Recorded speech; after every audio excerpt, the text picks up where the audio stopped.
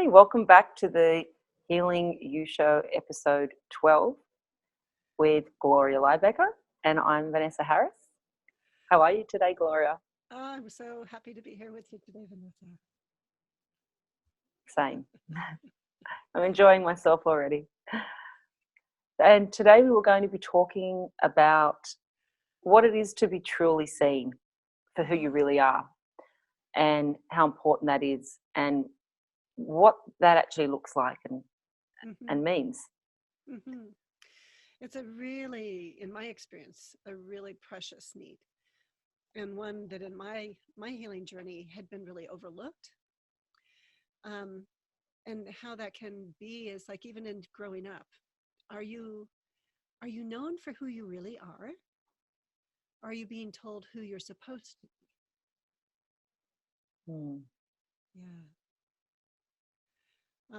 So actually having those people around you who are important in your life actually seeing you. Mm-hmm. I guess when I say those words to people, sometimes they often say to me, "What do you mean by being seen?" But even at Yeah. that, like, are you wanting to be really seen? Yeah. And they don't understand exactly what I mean, um, because there's so many different ways, I guess, that can be translated or look. True. One aspect of that could be to be known for who you really are, and that's a way of being seen and getting gotten right. um, where there's really resonate with you for who you are instead of that you need to be something different in order to have acceptance. um, so I think there's a whole cluster of needs that are around that need to be seen. And another thing is it can be a need to see and be seen.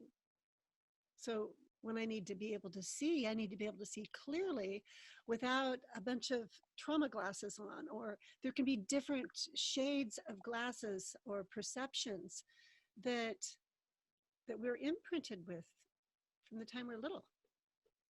So sometimes we don't really know who we are unless someone actually can see us and can recognize our gifts and nurture us.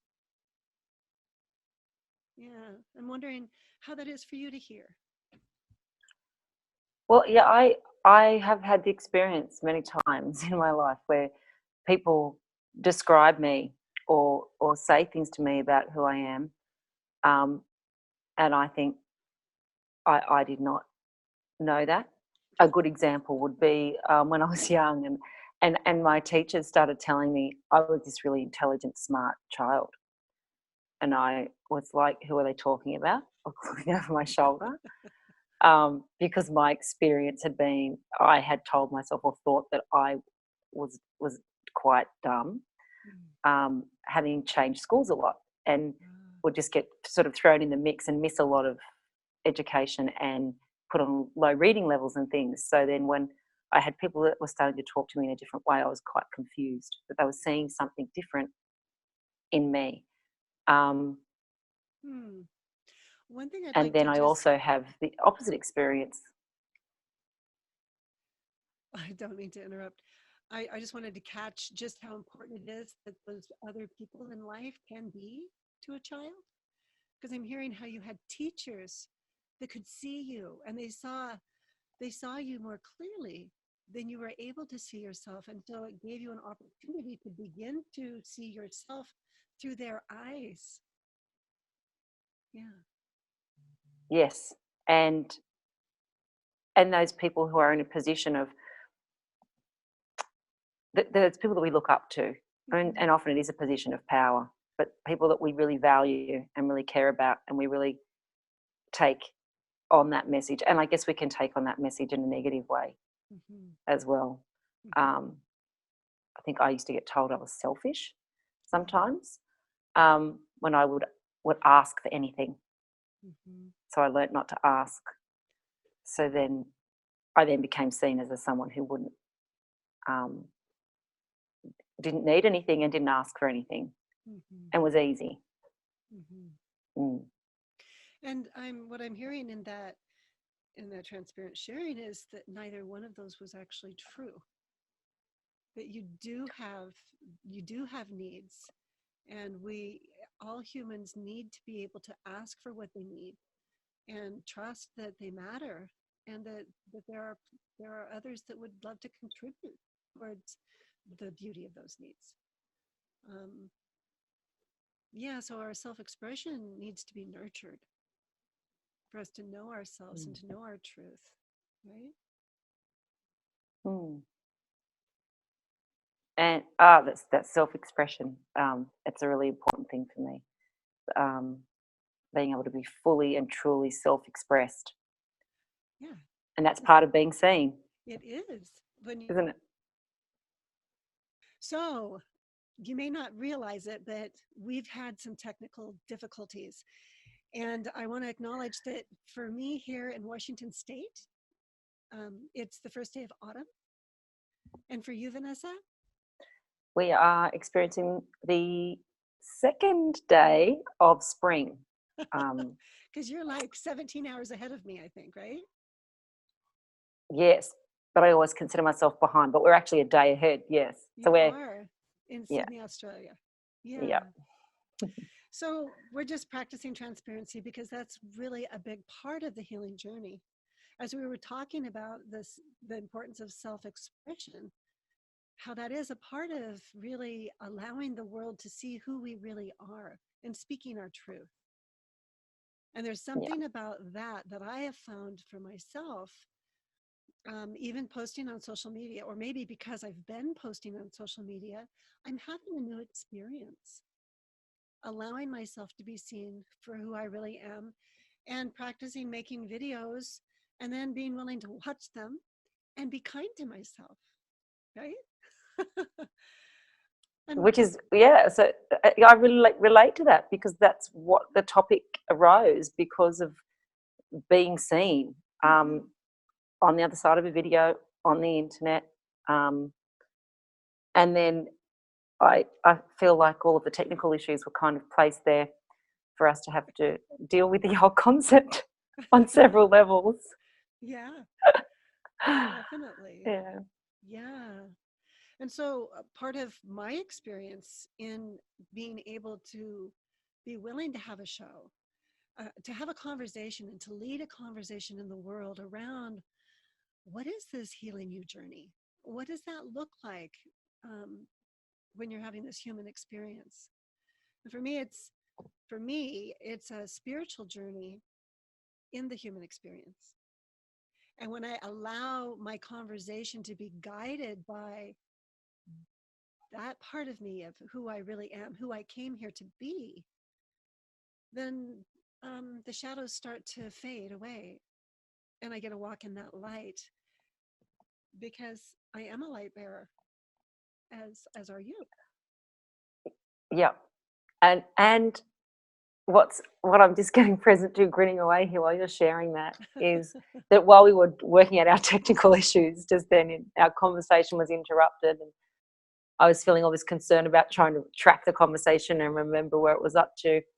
um, I got a text message from a friend who was um, asking me about, oh, she'd really enjoyed watching the first few episodes of the Healing You show and was asking about how she could connect with you and whether you would, her specific question was around whether you facilitated group Oh, um, yeah. things, which to me is part of, I mean, we're talking about being seen as a need, but for me, it's also about people being able to see you.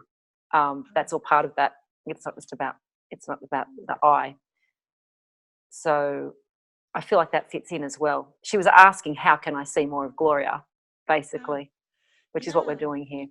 Mm, Well, and that's part of what this whole journey is about, is really hearing what are the needs and then being able to meet them right where those needs are. And so one of the things I love about what I'm able to do is be flexible and adaptable, and co-create what to meet the need. And so I love doing groups. I especially enjoy small groups, and I've been grouped with over 100 and some people. And so it's just depending on, well, what's the need, and how is it going to be best, um, how can we best create a container that really holds that and catches those needs as they emerge? Um, I know one thing I'm really excited about is I'm on my own healing you journey, right? And I will be for the rest of my life. And the more that I'm able to stay really present with what are the pains that I experience, and I can slow down to be with them and to welcome them and the messages that they hold, because they're like beautiful little gems that I can catch. And then how I do typically slow down and take a deeper breath. And then from there, I get to go into my creativity, and I get to invite people to join me on a journey. So this coming year, I'm launching a Healing You journey, which will really be about inviting people to come into a container where they get to be seen for who they truly are. They get to be nurtured for the gifts that their soul brings to this life, and they get to co-create community. And so I'm And quite excited about it. Yeah. and is so I'm is that a specific? I'm trying to relate that to my previous experiences of working on groups and communities with you, and really, so I'm trying to work out how that fits in and what that would look like, um, so that when I'm trying to explain it and share it to other people, I'm giving them a clear picture. So it's So still in process, and it'll be virtual. It'll be through this venue of Zoom, and okay, there'll be small groups. Um, there'll be an opening to come in. The container is still being coalesced, and part of it is just having this conversation to invite people to let me know what they're really interested in, or if they resonate with the journey that I've been on. Then I'm going to be offering them a container where they get to explore their own journey through those lenses, through relational neuroscience and resonant language communication. so when you talk about a container, I get a visual picture, and I'm imagining, and I haven't actually done the Zoom calls with the group. I've only ever participated in the phone calls, Yeah. and it's interesting because there's no visual with that. However, um, my experience of being on those calls was that every person was being seen for who they truly are. And Yes. part of that, I mean, it's not just about being heard, but it's being seen for who they truly are. And that was my experience, even without the visual picture. Mm-hmm. And sometimes a visual picture is not necessary. Yeah. For me, one way that I frame that up is when you can feel felt. It's like that, and that's the power of empathy, resonant empathy, is you actually can capture with the resonant language that felt sense experience, and then it's like you get gotten. And there's just something really sweet about that. There's a relaxation response that happens in our nervous system, and we just kind of have this big sigh, this relaxation into being who we are, because then we're known. And so all of those needs kind of just dovetail into one another. And And are all being held in, as you were saying, container, but yeah, they're people possibly all over the all over the country or the world. world, Hmm. yet there is this bubble of safety, and it is like a contain. It's where everyone is, It's a sacred and it's space. and the stories get left outside. I One of the things I noticed about the being seen was being held to just going straight to that person and what they're feeling and what they're needing and what they're sharing, and no one needed to talk about this the story or the detail or the Hmm. this happened and that happened. That wasn't what was really happening. Yeah. Well, it's working with those microseconds, slowing time down to be with that moment right before you flip your lid, right? Whatever that is like for you. And flipping your lid it's just a way of saying that my emotional alarm system has now said, I'm activating my sympathetic nervous system, so I'm going into fight or flight, or I feel helpless and hopeless, and I'm going to go into immobilization. And so we want to catch the moment right before that happened and the felt sense experience. That's why we really slow time down to really be with our body's wisdom, to notice the sensations, to really rest there. And the body then has a different experience at a cellular level. And yeah, we don't have to have a visual for that. For years, we didn't have the Zoom platform. Mm-hmm. We did have a teleconference call, and I would send out visual. So we had a common visual to look at and to share as we did our explorations.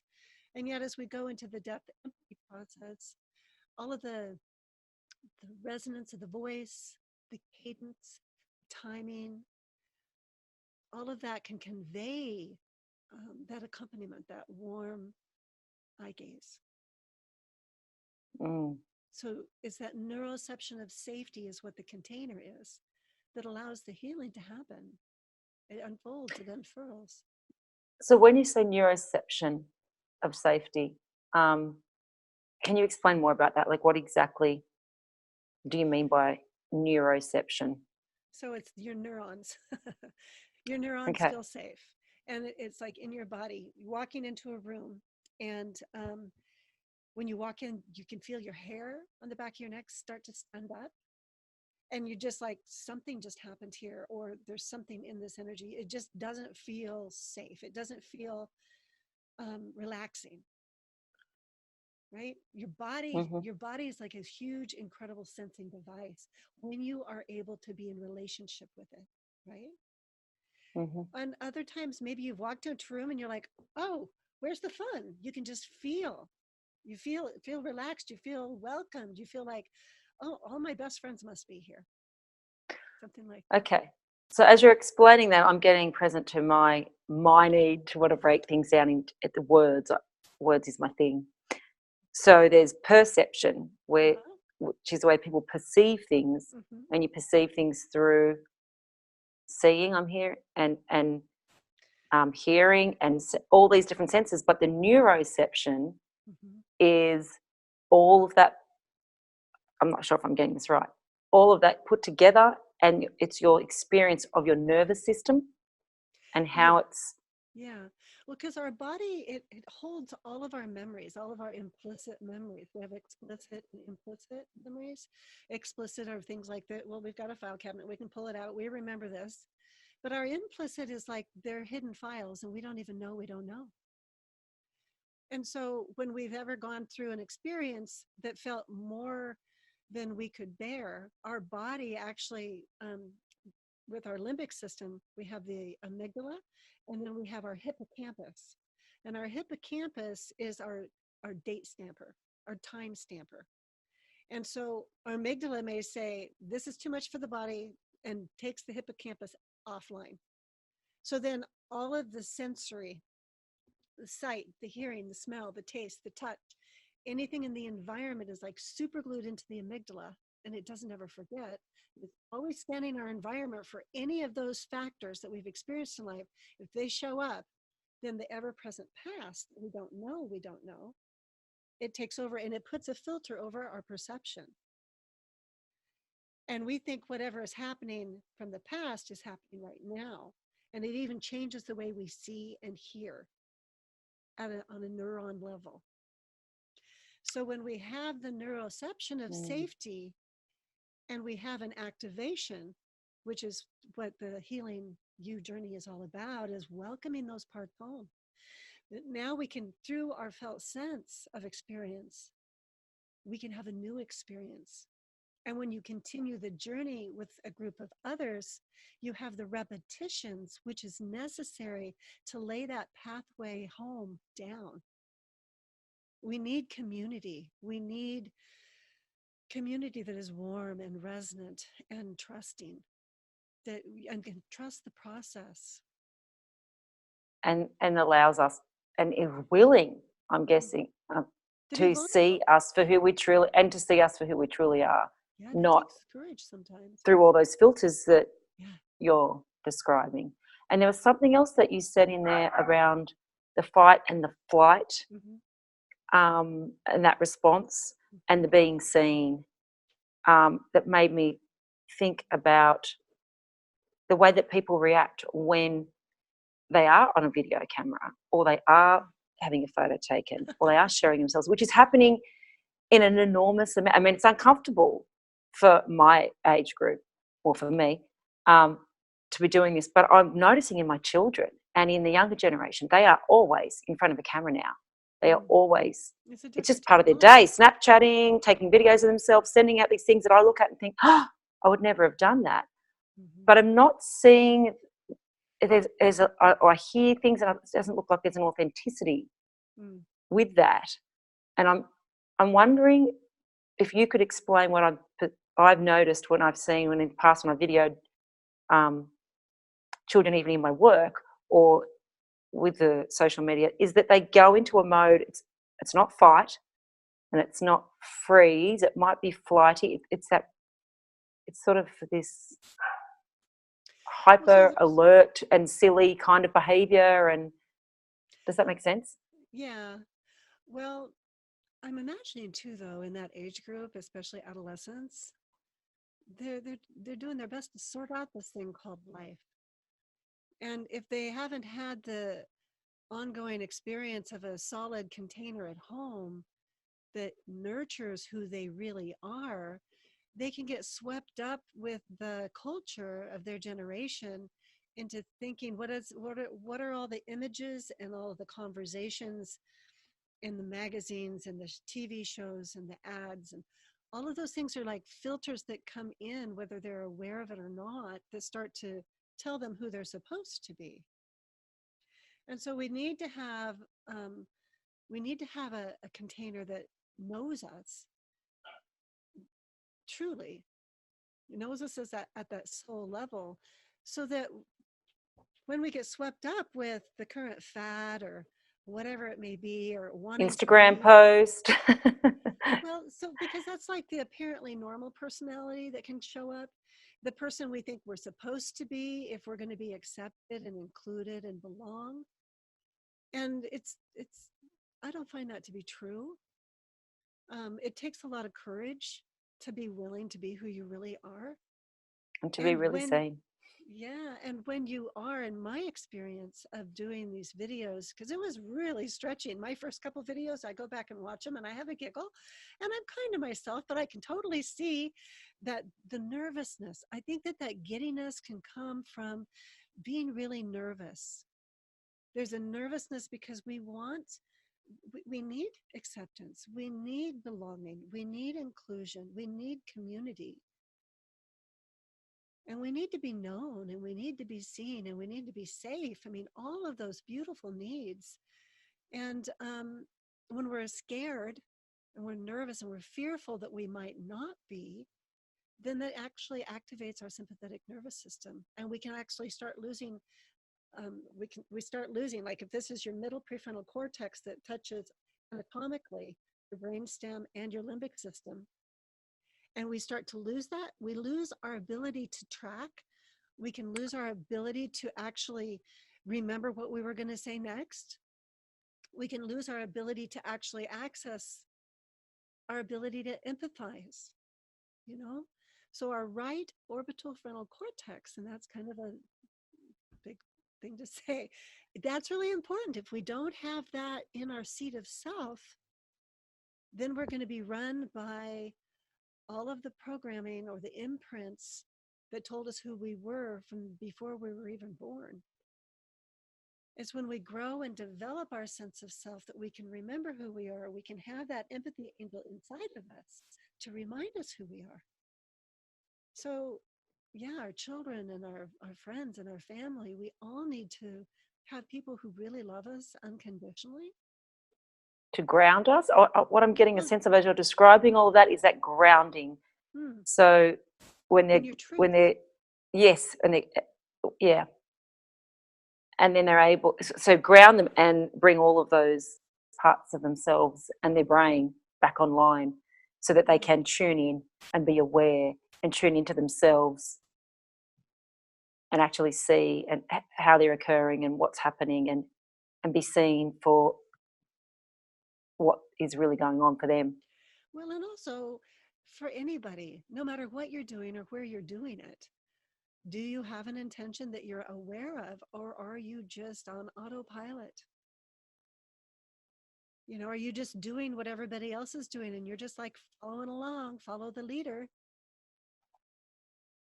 Do you want Mm, to be a leader?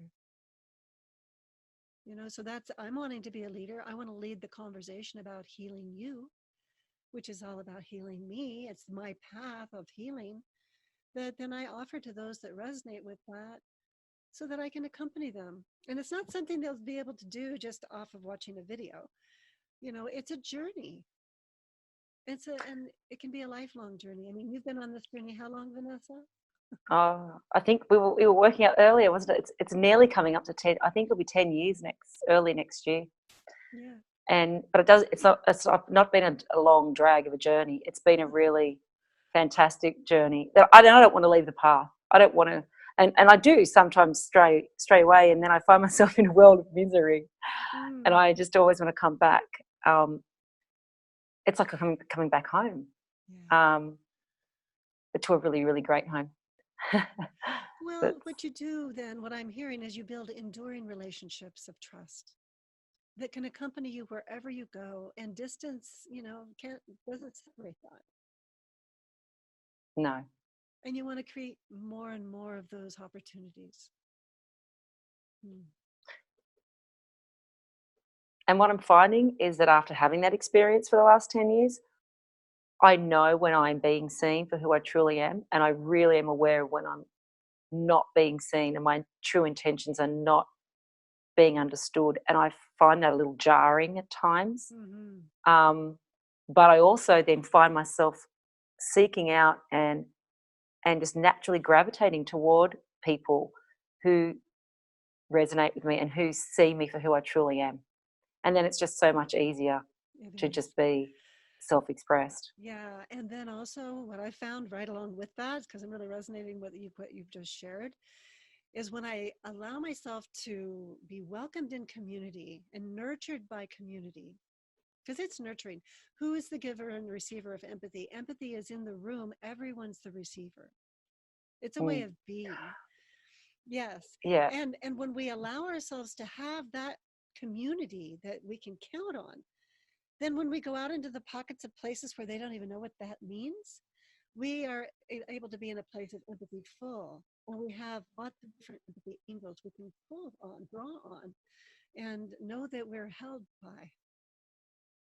So, and when you're talking about the empathy being shared in the room, I have the experience over and over again, especially when I'm working with you or with others, that when we're sharing empathy, it's not someone giving empathy to somebody else. It's empathy being shared. And it may seem, so I may be listening to someone else and hearing them and understanding them and making guesses for them about their feelings or their needs or, being curious about them. But I'm benefiting as that happens. Yeah. It's not, I don't, it's something that I get something out of. Hmm. Um, I enjoy that. I feel energized. I resonate with those things. I tune into my own needs as I'm tuning into others' needs. Hmm. There's a sense of mutuality. That's it. Yeah, Yeah. yeah, yeah. That actually becomes a shared reality. Yeah. And Which is, I also, think, tying back to what you said earlier, you said it's about being seen and seeing, not just seeing others, it's seeing yourself. mhm, At the beginning, I'm sure that's what you, yeah. before we had our technical hiccup. And that's where it goes. As I'm seeing other people or other people are truly seeing me, Mhm. I can then see others. It's as you were describing before, if those filters being taken away. Um, Yeah. Well, as our nervous system calms and soothes by being accompanied, then our social engagement system comes on board. And when we're resonated there, and as we find our way home to that experience, the misperceptions, all of those other distortions fall away. They just dissipate like fog on the landscape. And the sun comes out, and then the fog dissipates. That's what empathy does. I mean, resonant language does, accompaniment does, and it's a way of being that the more you repeat the experience, the finer tuned you become in it, like you've just shared, how you can really sense whether someone's understanding or whether this is something totally new to them. So it can be totally new and it can still resonate. And we can take those first Hmm. steps to begin to discover for ourselves. Don't take my word for it, discover it for yourselves. It's a magical journey. Hmm. Absolutely. And when you were saying about the newness, it's not about whether someone actually gets me, but if their intention is to get me, Mm-hmm. then I completely feel safe. Even if they make a guess and it's like, or they're wondering about what I'm feeling and thinking and they're completely off track, even just sharing that with me, it helps me go, oh, no, actually I'm feeling this, or what I meant was that. It doesn't matter as long as the intention is there. And that's what creates that safety, that Mm-hmm. even their intention is to see me for who I truly am. Yes. So it does come back to that intention. So when I'm going to make a video, what is my intention in that? When I'm going to make a post on social media, when I'm going to go to my grocery store, I mean, what is my intention? No matter what I'm doing, am I grounded in my intentions, which are really stemming from my values? Whether I'm cleaning the bathroom or welcoming in guests, whatever I'm about, I need to, for me, my heart's desire is to stay heart connected in my relationships, first with myself, in order to be able to connect with others. Hmm. I'm giggling to myself about the grocery store because I'm thinking often I don't want to be seen when I'm at the grocery store. I just want to get in, get my groceries and get out. And I just want to do it anonymously. So my intention is not to hide, it's just to be efficient. So I was really enjoying that. Sometimes we don't want to be seen. We just want to be able to move around with ease. Again, folks, obviously there's something going on in the cosmos, and it's really magical. It's a new season all over the world. And we're going to take it as a divine intercession that it's time to wrap it up. Our technical issues are not working for us at this moment. It's been a great exploration, though. I've just really enjoyed it, Vanessa, so much. Yeah. Thank you for sharing time with me today. I've enjoyed it. Yeah. So I'd love to have other people reach out for a conversation with me to explore what their healing journey might look like for healing you. And you can reach me at www.healingyouShow.com. And I look forward to episode 13. That'll be the next time we get together. See you next time. All right. Bye-bye. Bye.